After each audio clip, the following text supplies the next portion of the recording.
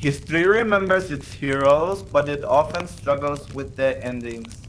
In the heart of the 15th century, during a time of chaos and war, a legend was born. It was a story of a young peasant girl who claimed to hear the voices of saints.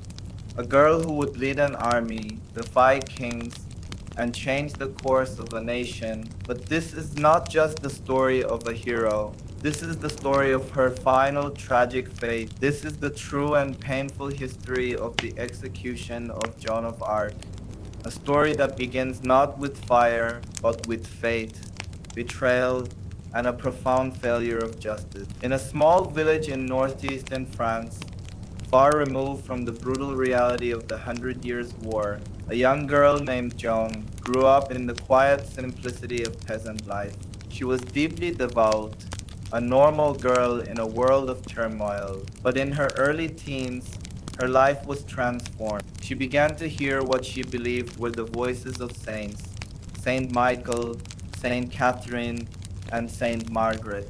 The voices gave her a divine mission to save France from English domination and to see the Dauphin Charles crowned as the true king. To anyone else, her claims would have been dismissed as madness. But in the desperate climate of a nation on the brink of collapse, her unwavering faith became a beacon of hope. Against all odds, she convinced the Dauphin to let her lead an army. Dressed in men's armor, she rode under a banner emblazoned with the image of Christ. Her arrival at the besieged city of Orleans in 1429 was a turning point. Her presence on the battlefield, her belief in her divine mission, and her strategic prowess turned the tide of the war. Within days, she had lifted the siege, achieving a feat that seasoned generals had failed to accomplish for months. She became a symbol of French resistance and patriotism. The French people began to believe that a miracle had come to save them. Following her stunning victory, she stood beside the Dauphin as he was officially crowned King of France in Rheims Cathedral. She had fulfilled the first part of her divine prophecy, but with her success came a powerful set of enemies. The English, who had controlled France for years, saw her not as a hero, but as a threat. They needed to find a way to destroy her, and by extension discredit the new king she had helped to crown. They saw an opportunity not on the battlefield, but in the court of law. In 1430, while attempting to liberate the city of Compiègne, Joan was captured by French soldiers allied with the Burgundians, an English faction. Her captors initially saw her as a valuable prisoner of war and held her for ransom. However, the English were not interested in a simple exchange. They saw a chance to destroy her legend and moral authority. They purchased her from the Burgundians for a massive sum of gold,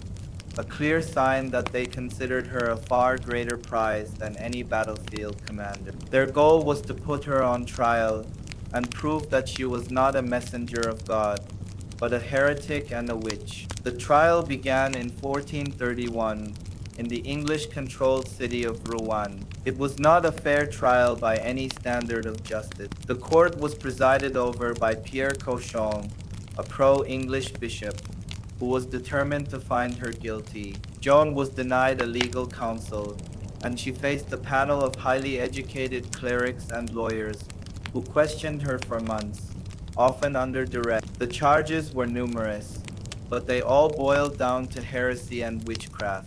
The key point of contention was her claim that she acted on direct orders from God through her voices, a claim that a biased court could easily manipulate into a confession of a pact with the devil. After months of this unjust process, Joan was presented with the choice: recant her claims and admit her sins, or face the fire. Terrified and exhausted, she initially signed the confession, effectively betraying her beliefs. She was sentenced to life imprisonment, but within days, she recanted her confession, stating that the voices had chastised her for her weakness, and that her fear had led her to betray her faith. She then put her men's clothes back on, which was seen as a final act of heresy, as cross-dressing was a crime against the church. This act sealed her fate. The English had the reason they needed. She was condemned as a relapsed heretic. On May 30th, 1431, at the age of 19, Joan of Arc was led to the old market square in Rouen. Tied to a tall pillar, she asked for a crucifix to be held before her. As the flames rose, she was heard calling out to her saints, to Jesus, and to her king. The fire burned for a long time. To ensure that no one could claim her remains held any power, her body was burned a second time, and her ashes were eventually thrown into the rivers. This brutal and unjust act was not the end of her story. 2 decades later, a new trial was held, which cleared her name and declared her innocent. In 1920, the Catholic Church canonized her as the story of Joan of Arc, the warrior who was burned alive for her faith, remains a testament to the power of belief and the tragic consequences of political and religious persecution.